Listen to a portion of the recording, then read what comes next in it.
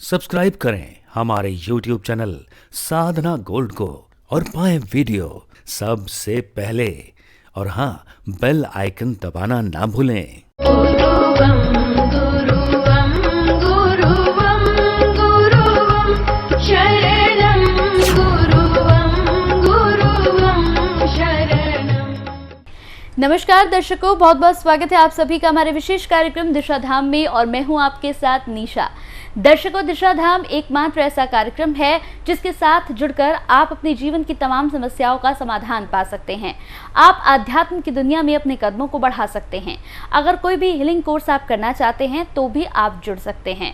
अगर आप चाहते हैं कि आपके जीवन में जो भी समस्याएं चल रही हैं वो समस्याएं खत्म हो जाएं तो आपको हमारे लगातार एपिसोड देखने होंगे। आप इन एपिसोड्स को यूट्यूब पर जाकर भी देख सकते हैं। यकीन मानिए दर्शकों, अगर आप इस कार्यक्रम के साथ जुड़ते हैं तो वाकई में आपको यहाँ पर ज्ञान की अनुभूति होती है। तो चलिए अपने विशेष कार्यक्रम को आगे बढ़ाएंगे और मिलकर स्वागत करेंगे गुरु माँ तपेश्वरी नंदा जी का।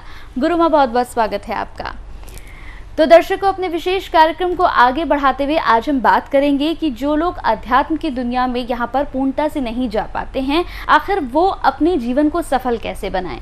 क्योंकि हर कोई चाहता है कि उनके जीवन में समस्याएं ना हो, हर कोई चाहता है कि जीवन सफल रहे, जीवन में परिवर्तन तो हो लेकिन सब कुछ ठीक ठाक चलता रहे।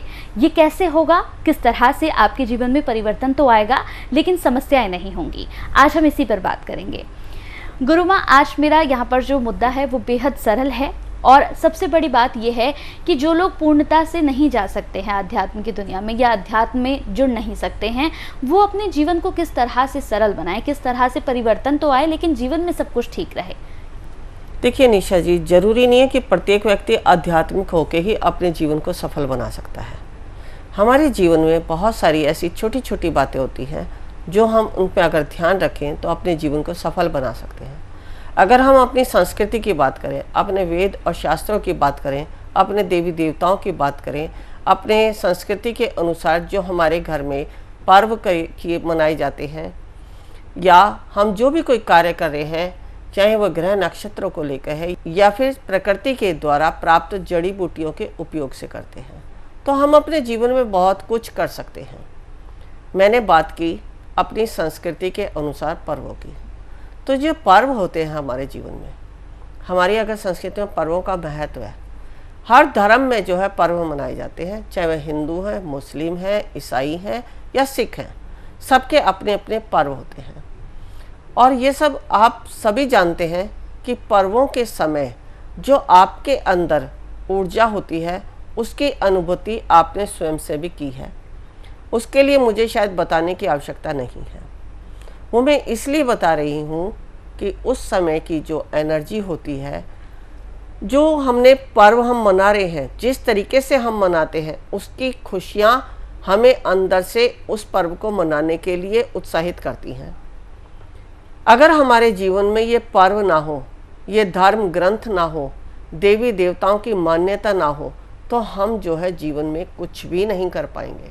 हम परमात्मा की बात करते हैं तो परमात्मा को भी बहुत कुछ छोड़ना पड़ा था। हम तो सामान्य मनुष्य हैं।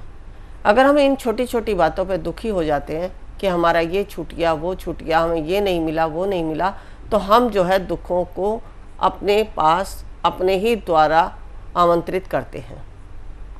अगर हम जो कुछ भी हमें मिला है उसमें संतुष्ट हैं और आगे पाने के लिए हम मंथन करते हैं, चिंतन करते हैं, तो हमें वो प्राप्त होता है जो हम जीवन में पाना चाहते हैं। लेकिन मंथन और चिंतन करना आवश्यक है।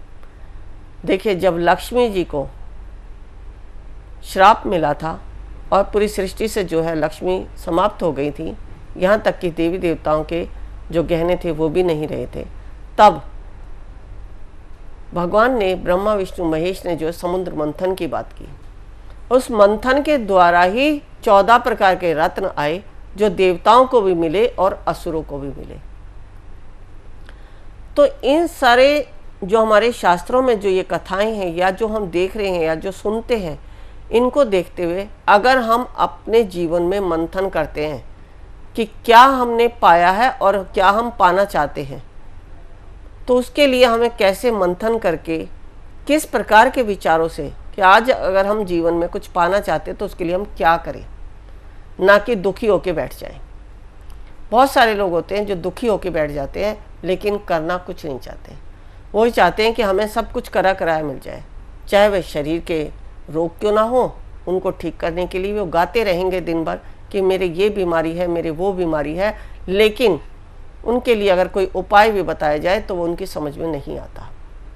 वो अपने आप से ही उन दुखों से इतने दुखी हो जाते हैं कि उनको अगर कोई समझाना भी चाहता है तो वो समझ नहीं पाते। तो इसलिए अगर आप शारीरिक रूप से अस्वस्थ हैं, या आपके पास धन की कमी है, या आपका व्यापार क्षेत्र नहीं चल रहा है, तो यहाँ पर व्यापार क्षेत्र को चलाने के लिए क्या करना है? अपना कम्युनिकेशन यानी अपना बातचीत, अपना व्यवहार अच्छा बनाओ। धन कमाना है तो हमारे बहुत सारे ऐसे मंत्र हैं या बहुत सारी ऐसी क्रियाएं हैं, बहुत सारे हमारे जीवन में या हमारी प्रकृति में ऐसे पदार्थ हैं जिनको करने मात्र से ही या जिनका उपयोग करने से हमारे जीवन में जो है धन लक्ष्मी कमाने के मार्ग खुलते चले जाते हैं।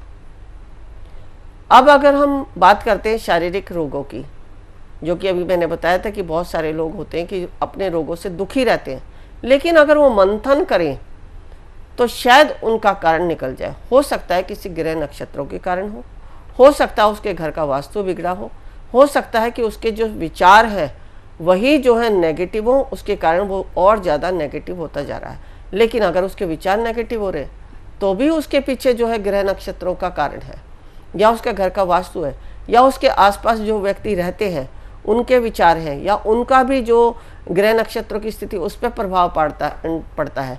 अगर आप एक एस्ट्रोलॉजर के पास जाते हैं तो वो देखते हैं ना कि पिता के कारण पुत्र को कष्ट है, या पत्नी के कारण पति को कष्ट है। इस तरह के कष्ट अगर होते हैं तो परिवार के सदस्यों से भी हमें कोई ना कोई दुख या सुख प्राप्त होता ही रहता है। सब अपने अपने कर्मों के अनुसार ही अपने फलों की प्राप्ति करते हैं।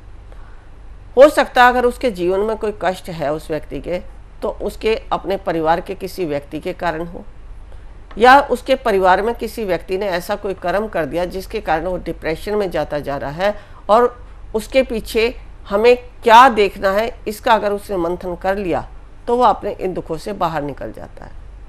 यहाँ अगर मैं ग्रहों की स्थिति की बात की तो ग्रहों के अनुसार मैंने उन्हें आयुर्वेद के अनुसार, यानी जो हमारी प्रकृति में इतनी सारी जड़ी बूटियाँ हैं उनके अनुसार जब मैंने उन्हें दिया कि जो तंत्र में भी काम करे, जो कि उनके घर में प्रवेश कर गया है, और उनके अपने इंटरनल जो उनका व्यवहार है उसमें भी परिवर्तन करें, और जो रोग हैं उनसे भी उन्हें बाहर लाएं जिन ग्रहों के कारण है। तो इन तीनों के लिए उन्हें एक औषधि दी जिसका प्रयोग उन्होंने 21 दिन तक किया। उसके बाद उनका शरीर हल्का होता चला गया, जो उन्हें घबराहट और बेचैनी होती थी उससे वो बाहर निकल गई। अब रही उनको पेट की कुछ प्रॉब्लम थी, तो पेट की प्रॉब्लम के लिए मैंने सिद्धि प्राप्त की है, जो नाग सिद्धि है, उसके द्वारा उन्हें झाड़ा लगाया, और उस झाड़े के लगाने से वह बाहर आते चले गए, यानी उनका जो पेट की बीमारी थी वो ठीक होती चली गई। नहीं, ग्रहों की स्थिति सुधर गई, पेट के रोग सिद्धि से दूर हो गए। अब जो उनका व्यवहार है या और भी कुछ है, तो कुछ वास्तु के उनके थे जो टिप्स मैंने उन्हें बताए, तो उसके द्वारा वह पूर्ण रूप से हर समस्या से बाहर निकलते चले गए। तो कहने का तात्पर्य यही है कि अगर हमारे जीवन में कुछ भी घट रहा है तो उसके पीछे हमें मंथन करना है, ना कि उसकी चिंता करनी है। चिंतन करो, चिंता नहीं। चिंता जो है चिता के समान है, और चिंतन जो है हमें बहुत कुछ दे देता है। जैसे हमने देखा कि समुद्र मंथन में हमें रत्नों की प्राप्ति हुई। तो कहने का मतलब ये कि हम खुद से भी अपने आप को हर समस्याओं से बाहर निकाल सकते हैं। अब चिंतन अगर वो खुद कर लेते, अपने व्यवहार को चेंज कर लेते, अगर व्यवहार चेंज हो जाता तो ग्रहों की स्थिति ठीक हो जाती। ग्रहों की स्थिति ठीक होती, अगर व्यवहार ठीक होता, उनकी एनर्जी जो नेगेटिव हो गई है, जो उनके अंदर पेट का रोग था वो क्यों हुआ, उसके पीछे अगर उन्होंने कारण जान लिया होता तो पेट की समस्या नहीं होती। तो ये सब कहाँ से होता? उनके मंथन से। लेकिन मंथन उन्होंने खुद नहीं किया। अगर खुद कर लेते तो आज उस स्थिति तक पहुँचते ही नहीं। मैंने जो ये बात बताई वो सिर्फ आपको बताई कि आप खुद से मंथन करो, खुद से जानो अपनी समस्या को क्या है। हाँ, फिर उसका सॉल्यूशन कैसे निकलना है उसके लिए आप दूसरे व्यक्ति के पास जाओ। अगर आपके हाथ में वो बात नहीं है। तो अब जैसे मैंने बताया कि आयुर्वेद के जो है जड़ी बूटियों से मैंने उनका नवग्रहों की स्थितियों को शांत किया, प्रेत आत्मा का शांति दी और सिद्धि के द्वारा उनको जो है झाड़ा लगाया, तो उसके पेट में आराम हुआ। अब हम बात करते हैं अपने घर में सुख शांति और समृद्धि की। तो अगर सुख शांति और समृद्धि पाना चाहते हैं तो जो मैंने बताया, हमारी संस्कृति, हमारे पर्व, हमारे त्यौहार जो हमारे अंदर हर्ष और उल्लास लाते हैं, जो हमारे अंदर संपन्नता लाते हैं, हमारे वातावरण में संपन्नता लाते हैं, जो हमारे वातावरण से सारी नकारात्मक शक्तियों को दूर करते हैं। जैसे आप समय समय पर अगर घर में अपने कीर्तन कराते हैं, सुंदरकांड का पाठ कराते हैं, रामायण का पाठ कराते हैं, तो आपके घर में जितने भी व्यक्ति इकट्ठे होकर उस सकारात्मक सोच के साथ भगवान का नाम लेते हैं, तो उन सब की ऊर्जा, क्योंकि वहाँ जो ऊर्जा है वो सबके एक ही विचार हैं, क्या कि भगवान का नाम, जो उनकी महिमा गाई जा रही है, उस महिमा का गुणगान, तो उससे जो है आपके घर का वातावरण और जो समय आपने, जितना समय आपने कीर्तन या सत्संग में दिया है, उतना समय आप किसी बुराई से हटके या किसी की बातों को इधर से उधर करना या कुछ गलत काम करने से बच के आप वो समय आप अच्छे कार्य के लिए दे रहे हैं, परमात्मा की महिमा के लिए दे रहे हैं। तो जो एनर्जी वहाँ से मिलती है वो आपके वातावरण को भी सकारात्मक करती है और आपको आंतरिक प्रसन्नता भी देती है। जब आप कभी अच्छा काम करते हैं तो आपको बहुत खुशी होती है, वही खुशी आपकी सकारात्मकता को बढ़ाती है। देखा है, जब आप कोई गलत काम करते हैं तो आप अंदर ही अंदर दुखी होते हैं, चाहे दूसरों को ना दिखाएं। तो जो आप अंदर ही अंदर दुखी हो रहे हैं वो आपके कर्म बंधन को बढ़ा देता है और वही कर्म बंधन आपको नकारात्मकता की तरफ ले जाता है। तो कहने का तात्पर्य यही है कि हम स्वयं से अपने जीवन में अपनी सुख समृद्धि और संपन्नता को ला सकते हैं, अपनी संस्कृति के अनुसार, अपनी वेशभूषा के अनुसार, अपने खान पान के अनुसार। यानी अभी हमने जो वेशभूषा और खान पान की बात की है उसके पीछे भी रहस्य होता है। खान पान अगर आपका ठीक नहीं है तो भी आपका स्वास्थ्य ठीक नहीं रहेगा। तो विशेष ध्यान देना अपने खान पान पर, अपनी संस्कृति पर, अपने धर्म के अनुसार आचरण करने पर। जो व्यक्ति धर्म का पालन करता है वो जीवन में कभी भी दुखी नहीं होता, क्योंकि धर्म की हमेशा जीत होती है। ये आप बहुत देख चुके हैं, सीरियल्स में भी देखे हैं, महाभारत में भी देखा है, सब जगह देखा है आपने। अगर राम ने भी किया तो धर्म और सत्य पर विजय पाई है, कृष्ण ने भी जो है सत्य पर विजय पाई। तो हमें धर्म और सत्य का मार्ग लेना है जिससे हम जीवन में आगे बढ़ सकते हैं। अब हम बात करते हैं कि छोटे छोटे जो हमारे नियम होते हैं, अगर हम उनका भी विशेष ध्यान रखते हैं तो जीवन में सुख समृद्धि और संपन्नता से हमें कोई भी नहीं रोक सकता। सबसे पहले तो मैं एक बात बता दूं, जैसे अभी क्या देखते हैं कि लोग घर में अगर 5 मेंबर हैं तो कोई किसी गुरु की तरफ भाग रहा है, कोई किसी गुरु की तरफ, कोई किसी गुरु की तरफ, या कोई किसी देवता को मानता है, कोई किसी देवता को, कोई किसी, अपने अपने आवश्यकता के अनुसार सब पूजते हैं। अगर मैं कहूँ कि एक सारे व्यक्ति मिलकर एक ही देवता या एक ही गुरु या एक ही पर आस्था कर लें तो वहाँ जो एनर्जी है जो एक व्यक्ति गेन कर रहा है वो 5 व्यक्ति मिलकर गेन करेंगे, तो कार्य सबके बराबर पूर्ण रूप से सफल होते चले जाएंगे। इसके अलावा हाँ, अगर मैं देवी देवताओं की बात करती हूँ तो ये नहीं है कि आप एक को ही अगर पूज रहे हैं तो उसी को पूजते रहें। कभी कभी आवश्यकता के अनुसार भी हमें देवी देवताओं की पूजा या उनका भोग या उनकी विधि विधान से जो भी कोई नियम है, चाहे वह ग्रहों की स्थिति के अनुसार है या कैसे भी है, उनको अगर हम पूरा करते हैं तो भी हम जीवन में सुखी हो जाते हैं। जैसे कभी कभी मैंने बताया ना, जैसे अभी भैरव की अगर मैंने बात की थी पिछले एपिसोड में, तो अगर हमारे घर में बहुत सारी विघ्न बाधाएं हैं, हम तंत्र मंत्र से घिर गए हैं, तो वहाँ भैरव जी को बुलाओ। हाँ, अगर कहीं ऐसे कार्य में फंस गए हैं जो आप निकलना ही नहीं चाहते हो, माता की आराधना करो। तो ऐसे हम अगर बल बुद्धि चाहते हैं, हम अपना शारीरिक बल चाहते हैं, तो हनुमान जी की आराधना करो। तो आवश्यकता के अनुसार हम देवी देवताओं की पूजा कर सकते हैं, लेकिन ये नहीं है कि हमेशा एक इधर खींच रहा है और दूसरा दूसरी तरफ। कई बार जो है आपस में मतभेद भी हो जाते हैं, वो कहते हैं मेरा गुरु अच्छा, वो कहता है मेरा गुरु अच्छा। तो यहाँ जो है ये मतभेद भी जो है नकारात्मक एनर्जी को उत्पन्न कर देता है। इसलिए अगर अलग अलग भी हैं तो आपस में मतभेद ना करके, अगर अपने पर ही विश्वास करके अपने अपने लिए भी अगर आप सोचते हैं तो भी आप जीवन में सफल हो सकते हैं। हाँ, पर लेकिन अगर एक दूसरे से मतभेद करते हैं, नहीं तुम्हारे में ये कमी है, हमारे में ये, हमने अपने से ये पाया, आपसे नहीं हुआ, तो ये भी मैंने बहुत जगह देखा है। लेकिन ऐसा नहीं करना चाहिए। सब अपने संस्कारों के अनुसार किसी से मिलते हैं, चाहे वह देवता हैं चाहे वह गुरु हैं। सब संयोगवश होता है। संयोगवश मैं बताऊं कि जैसे अगर मान लो आप इंडिया के हैं, कभी आपने अगर शादी हुई है तो आप कहीं विदेश के व्यक्ति से शादी कर ले तो संयोगवश है।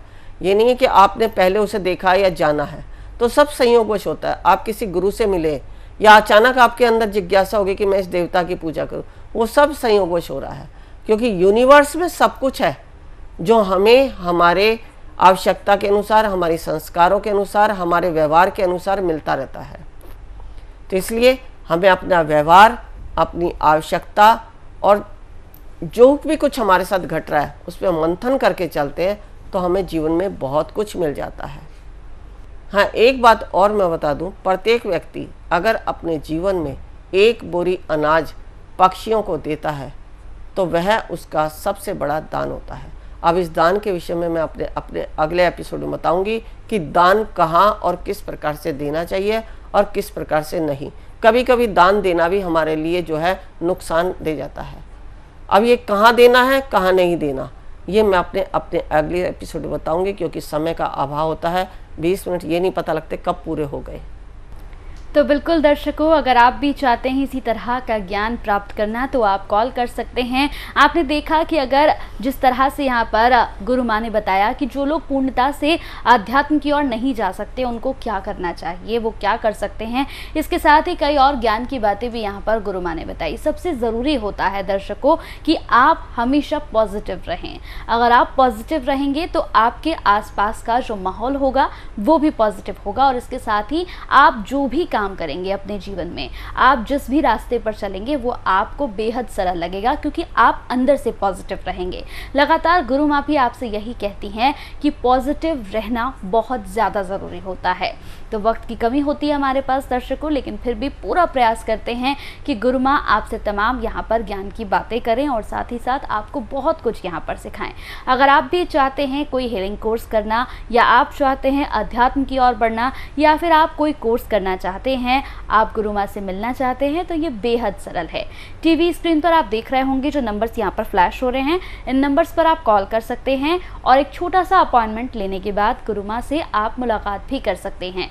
शिविर से जुड़ी कोई जानकारी अगर आप पाना चाहते हैं तो आप वेबसाइट पर जाकर भी पा सकते हैं। चलिए, वक्त हो चला है अब आपसे विदा लेने का। बहुत बहुत शुक्रिया गुरु माँ, आप जुड़ी, आपने बातचीत की, बेहद शुक्रिया आपका। नमस्कार दर्शक। ऋषिकेश में जो हम शिविर कराने जा रहे हैं, हमारा उद्देश्य कुंडलिनी जागरण। कुंडलिनी जागरण के लिए आवश्यक है ओम को सिद्ध करना, नागपाश खोलना, विचारों से शून्य होना, समर्पण भाव आना, शरीर में बैठने की क्षमता होना, तभी आप प्राप्त कर सकते हैं कुंडलिनी शक्ति को। यदि आप भी चाहते हैं कुंडलिनी शक्ति को पाना तो अवश्य आएं हमारे इस शिविर में। गुरु माँ तपेश्वरी जी बढ़ाए एक कदम अध्यात्म की ओर और पाएं स्वस्थ शरीर, संपन्नता व एकाग्रता। गुरु माँ के द्वारा 108 प्रकार की दीक्षाएं प्रदान की जाती हैं, जिन्हें लेकर आप अपने जीवन को सुखों से भर सकते हैं।